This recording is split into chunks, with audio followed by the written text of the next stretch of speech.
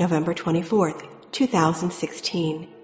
Memorial of St. Andrew Dong Lak, priest and companions, martyrs.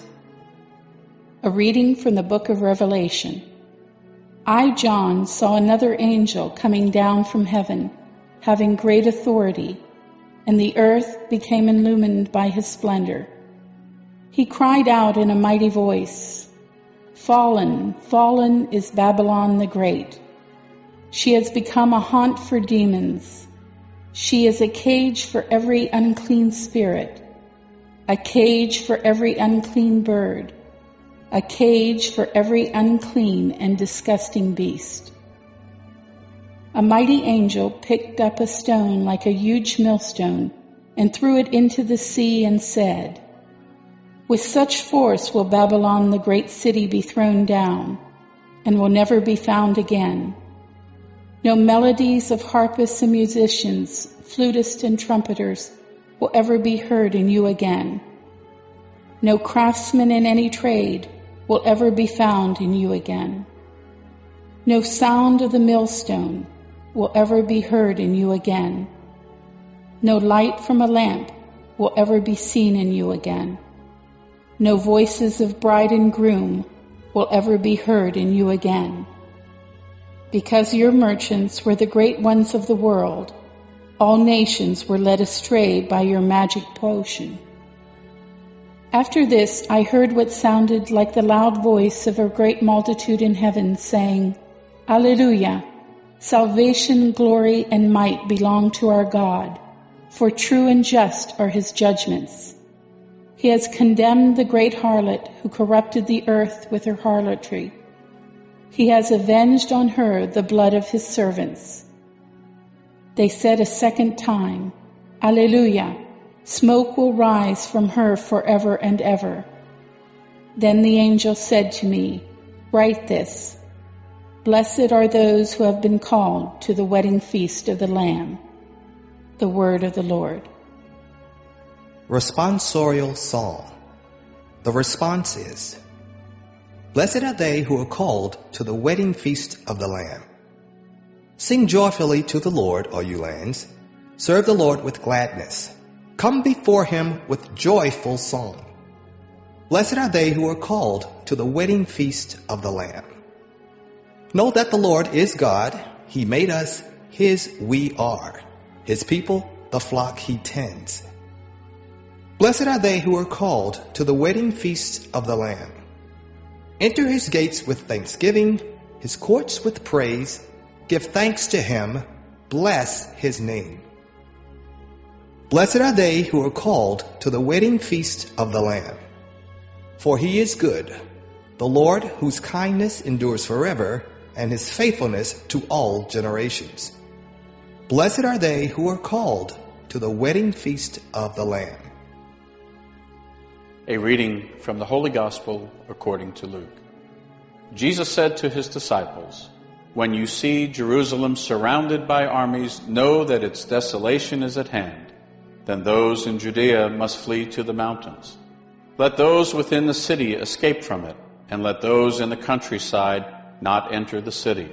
For these days are the time of punishment, when all the scriptures are fulfilled.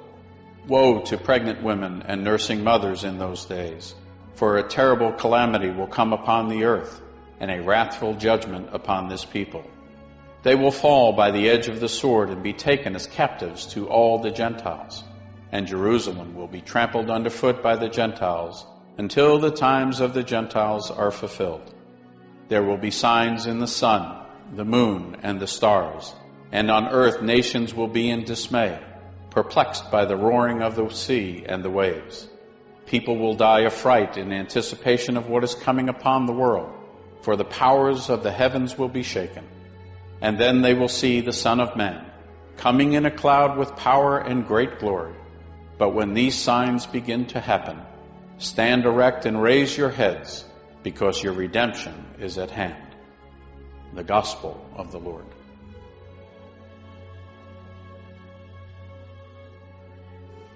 November 24th, Thursday of the 34th week in Ordinary Time. The memorial of St. Andrew Dong Lak and his companions, the Vietnamese martyrs.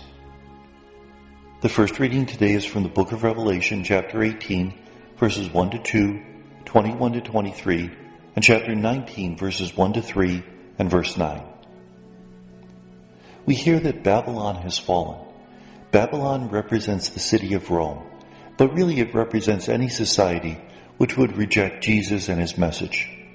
It has fallen. Rome called itself the eternal city, but in a single moment it has fallen. And it's a dwelling place for every foul spirit and dirty and loathsome bird. Civilization was supposed to protect us from these awful animals, from these evil spirits. But now Babylon itself has become so degraded that it's become a dwelling place for these loathsome creatures. A powerful angel picks up a boulder like a millstone and hurls it into the sea. This was a sign from Jeremiah the prophet, who wrote the name Babylon on a stone and threw it into the river Euphrates. And the message was that just as quickly as that stone sunk into the river, so quickly would Babylon fall.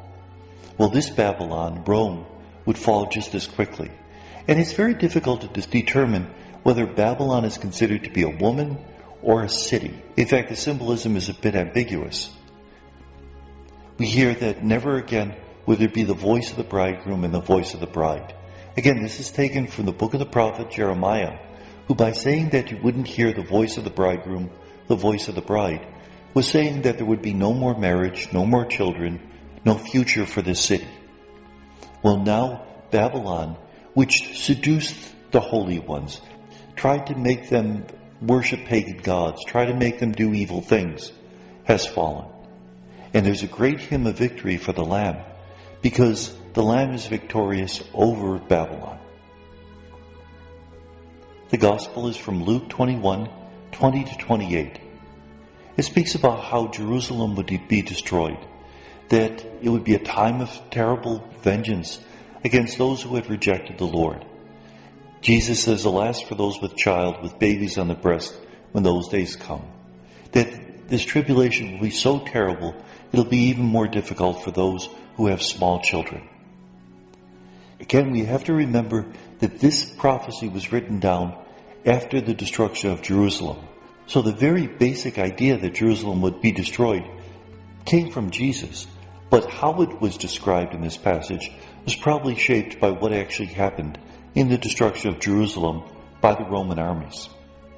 Jesus also speaks about cosmic signs, that there'd be signs in the sun and the moon and the stars.